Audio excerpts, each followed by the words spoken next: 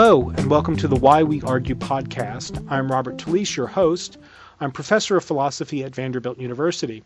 Why We Argue is produced by Humility and Conviction in Public Life, a project based at the University of Connecticut, which explores how to balance our deepest commitments with open-mindedness, a respect for reason, and intellectual humility. The series, which is made possible by generous funding from the John Templeton Foundation, features brief discussions with publicly minded thinkers about the state of civil discourse in contemporary democracy. Now today, my guest is Seana Shiffrin. Shana is professor of philosophy and Pete Kameron professor of law and social justice at UCLA. Her research spans the fields of moral, political, and legal philosophy, with special emphases on equality, autonomy, and the morality of promising. Her most recent book is titled Speech Matters: On Lying, Morality, and the Law. It's published by Princeton University Press. And in that book, Shana defends a novel conception of the importance of free speech in a free society. And she draws on connections between that importance and the general moral prohibition on lying. Hi, Shana. Hi. How are you doing today? I'm great, Bob. How are you? Oh, I'm doing fine. Thanks for joining us on the Why We Argue podcast. Today, Shana, there seems to be a lot of chatter politically and among the commentators and among citizens about free speech. And some of this chatter concerns complaints about norms that are so-called political correctness norms or speech policing norms. There's other debates about college organizations inviting controversial speakers to give lectures, and recently we've even heard some complaints about graduates very visibly leaving in the middle of a commencement speech being given by the Vice President of the United States. Now, it seems to me at least, correct me if I'm wrong, or we can talk about this if you don't agree, that a lot of these debates over free speech are centrally disputes about what makes free speech valuable, or what the value is of upholding free speech norms, why free speech matters for a democratic society. Now, you're an expert on this. Maybe a place to begin is, can you tell us a little bit about your view about the value of free speech for a democracy? Sure. So I think free speech is a human right that's central to individual flourishing and development, and it's a central component of democratic life. So if democratic law is, as I think it is, the method by which we generate and communicate our joint commitments to each other in a context of equality, then the ability and the opportunity for each of us to deliberate about ideas together, to formulate our opinions and decisions, to correct our opinions through joint interaction, and then to express them is an essential component of what democracy is. And each of us as individuals, to become distinctive individuals, we have to be able to develop and formulate our thoughts through interaction with other people. And to be good moral agents, we have to be able to convey what we think to others and to have them hear us and respond back to us, because we're the kinds of creatures who are dependent on each other, not just materially, but also intellectually. And so for free speech to operate well, both for it to serve its function for individuals as a human right, but also for democracy, a communicative enterprise to operate well, we have to have this ability and opportunity to voice what we think, to be heard, to listen to others, and to have an openness to revising what we think as we learn what others think and worry about and what matters to them. To cooperate together, we have to learn what's on each other's minds and to have a certain kind of stance. All of us, to develop accurate thoughts, considered thoughts, we have to get feedback from other people. And that feedback has to be both critical, aiming to get at the truth and to be correct, but it also has to be supportive. And when I say it has to be supportive, I don't mean that other people have to support the content of what you say, but I think we have to try to be supportive in the sense that recognizing that sometimes what people say is their first draft of their thoughts, and first drafts are often highly flawed, but sincere efforts to understand. and people don't get it right on their first try. They need assistance and feedback and time. Right. So maybe help us sort of see what's distinct about this view, because I think it is distinct. So your view incorporates into the concept of the value of free speech something about the development, or we might say the cognitive or epistemological development of both speakers and hearers, right? That free speech or norms of free speech are an important component of the development of not only our thoughts, but our ability to understand others, which is an ability that's necessary for going to cooperate with them as fellow citizens. Is that right? That's absolutely right. I think we are what's called epistemically dependent on each other. That means we need to get knowledge from other people in order to have a grasp over our complex environment. None of us can take it all in just through our own perceptions. We need information from other people, and we also need their feedback. In order to fully understand what I think, I often have to express it to someone else and see how they hear it, and have them help me understand it and its flaws. I think that's true for all people. And to be a good moral agent and understand what morality requires, I have to know what matters to you. Right. And that's going to require hearing what you think and feel, and judge. Right. So would you say then, just picking up on that point, would you say then that sort of a social environment that practices and recognizes the sort of the free speech norms is a contributing component, maybe it's even necessary for individuals' moral development? I do think that if we don't have a free speech environment in which people can't voice what's on their minds, what problems they have, what arguments they're thinking about, what they're suffering, what they celebrate, then I won't be able to understand other people and their needs. And so that's one way in which my ability to be a moral agent will be stymied. And in order to understand whether people act well, I think you have to know what their motives are, and we come to understand each other's motives and their reasons through discursive communication by talking to each other. Right. So let me just sort of give voice to maybe a point of concern that someone might raise with the kind of view that you've raised. Are there certain kinds of views the hearing of which can constitute a harm to the hearer? Of course there are. And okay, great. So what's your view about controversial speaking that might arguably at least rise to the level of that kind of harm? Well, it's a complicated topic. I certainly think there are lots of things that people say that hurt and harm others. And that one thing every speaker should consider quite carefully is whether they can convey and express their thoughts in ways that are sensitive and respectful to the people who will hear them. And so one obligation speakers have is to be respectful and thoughtful about the needs and sensitivities of their listeners. On the other hand, in order for people to come to understand sometimes why what they say is hurtful, they have to say it and get feedback.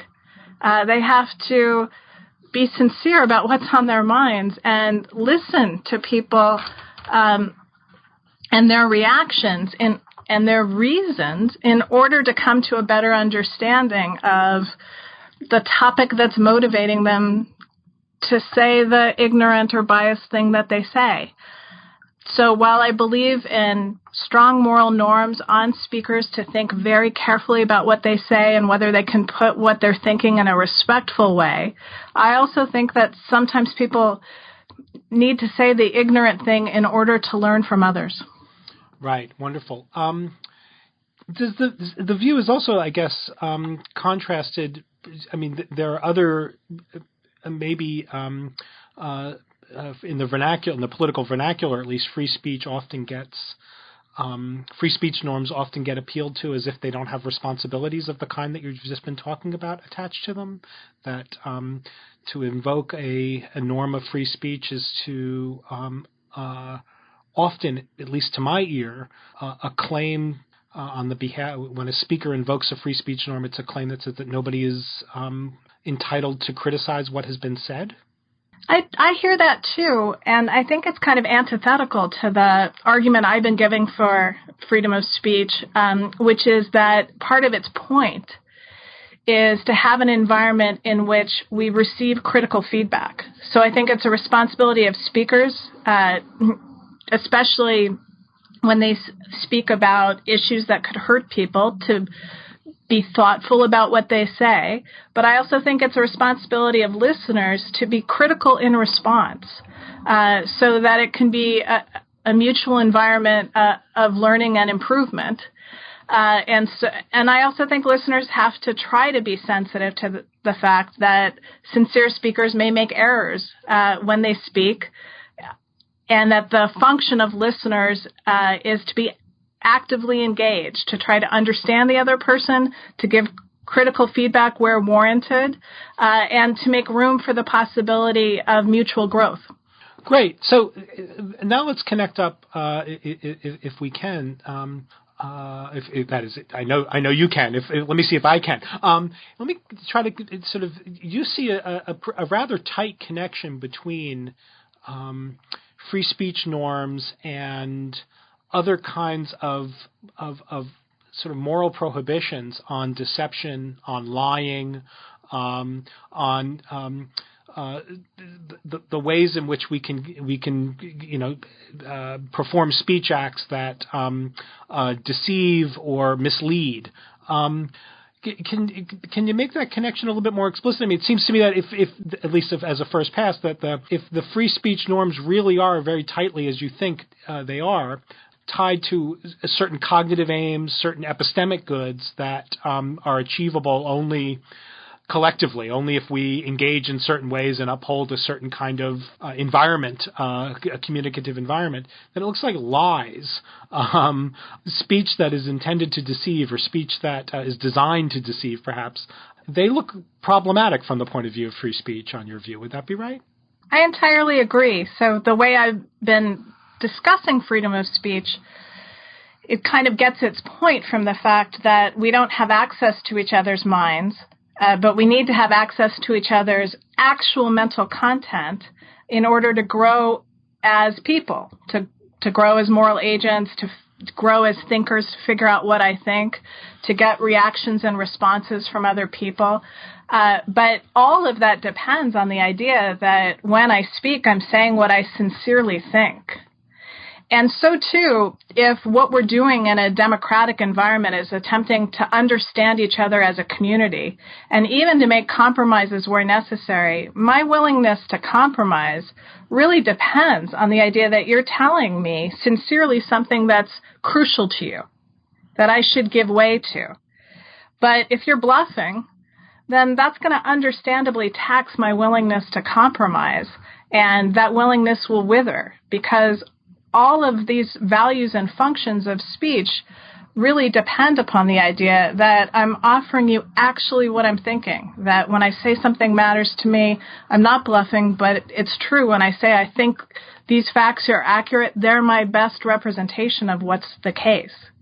Right. So what do you make then of, well, let me put it this way. It seems to me that perhaps especially since this most recent presidential campaign, but certainly not, I don't want to deny that before then, it seems that a certain kind of political cynicism has become ascendant, maybe we'll put it, where we've become acclimatized to the view that politicians lie, and that it's part of what politics is in a democratic society for politicians, including candidates for the highest offices, including representatives, and including actual office holders, to engage in deceptions and to flat out lie. That would, it seems to me, at least, again, it was like this would be particularly troubling from your point of view. It is. So it has become common but I don't think that's an argument for it. Our politics aren't working.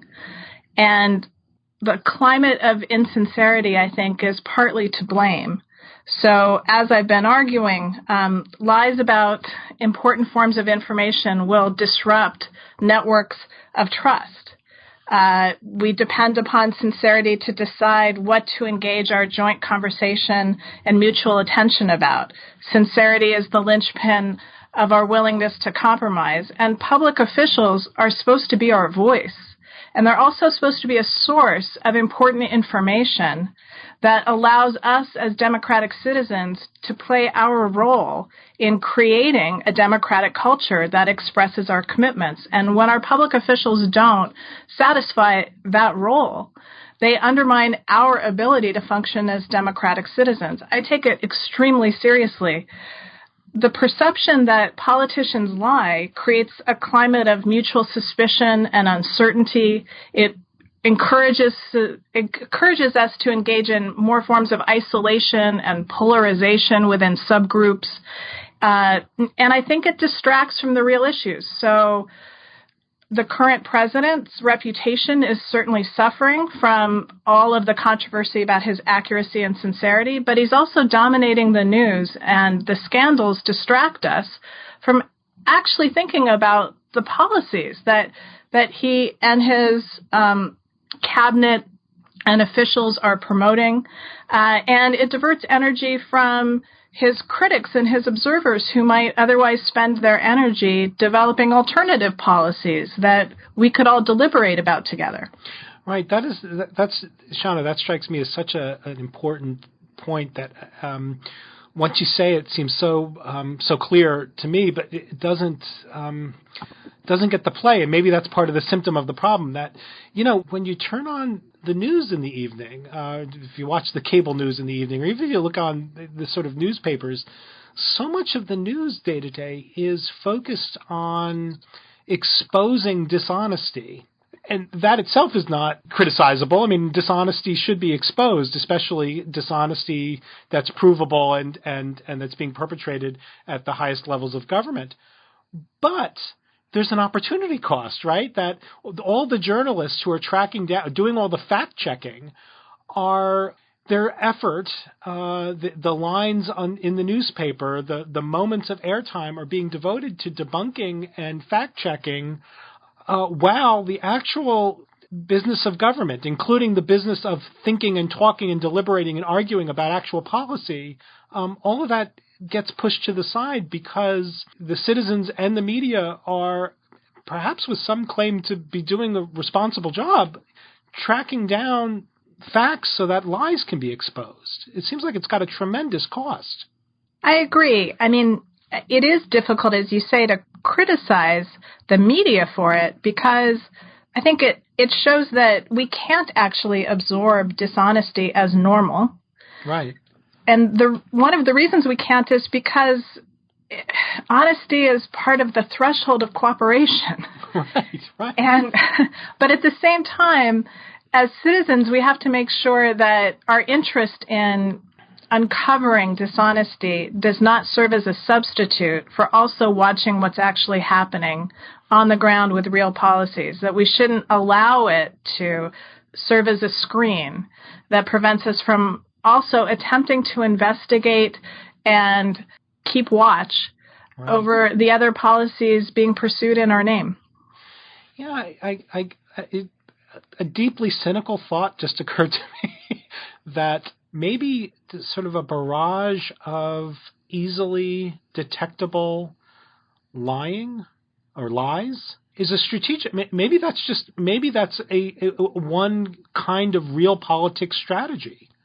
That you've got a bunch of democratic institutions, media, citizens, fact-checking institutions, sort of feeding them a pretty steady stream of lies that can be detected and debunked. Is just a way of getting them stuck in the mud in a way.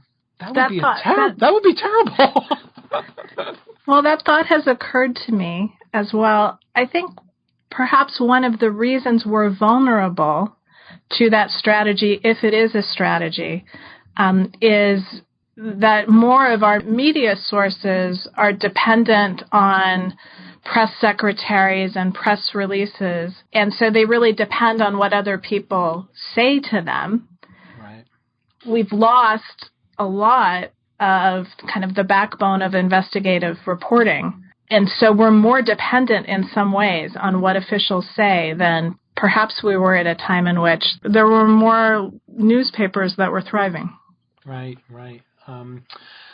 But that's a speculation, and perhaps you should talk to a journalism professor about that. Well, I spoke to Eric Alterman about this very issue not too long ago, and that was one of his messages on the podcast episode he and I did together, which was, we've got to start supporting independent journalism again. You got to start paying for news. The idea that news comes for free is profoundly dangerous for democratic politics, that if you're not willing to pay for news, you're not going to be able to get news for much longer. But maybe for my own psychological well-being, let's move away from that cynical thought. Given what we said, do you have any advice that you might want to offer or could offer to democratic citizens who are interested in sort of helping to realize the model of the value of free speech that you just outlined? Sure.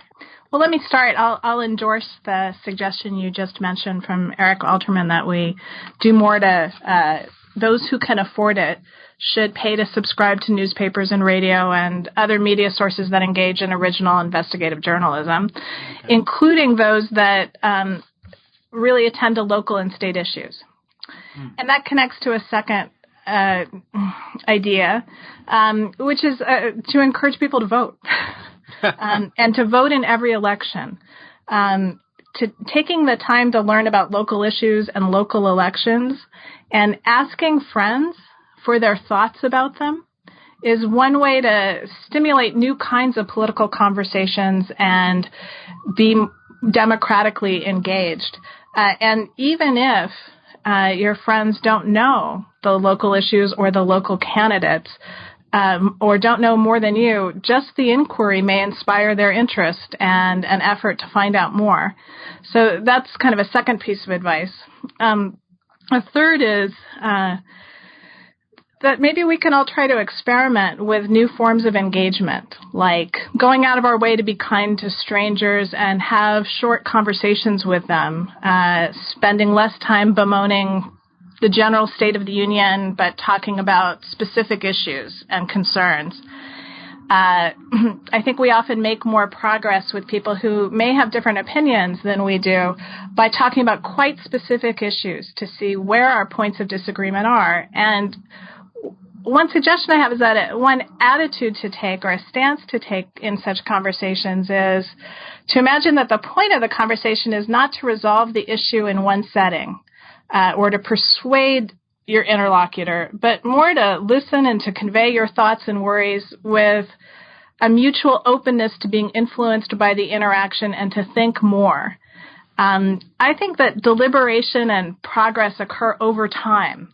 And that one thing that sometimes goes wrong in political conversations, especially those that are televised, is that there's this kind of model that will fully resolve it in a single setting. And I think that model and those expectations are bound to be unsatisfying and more likely to generate conflict and polarization because people dig in.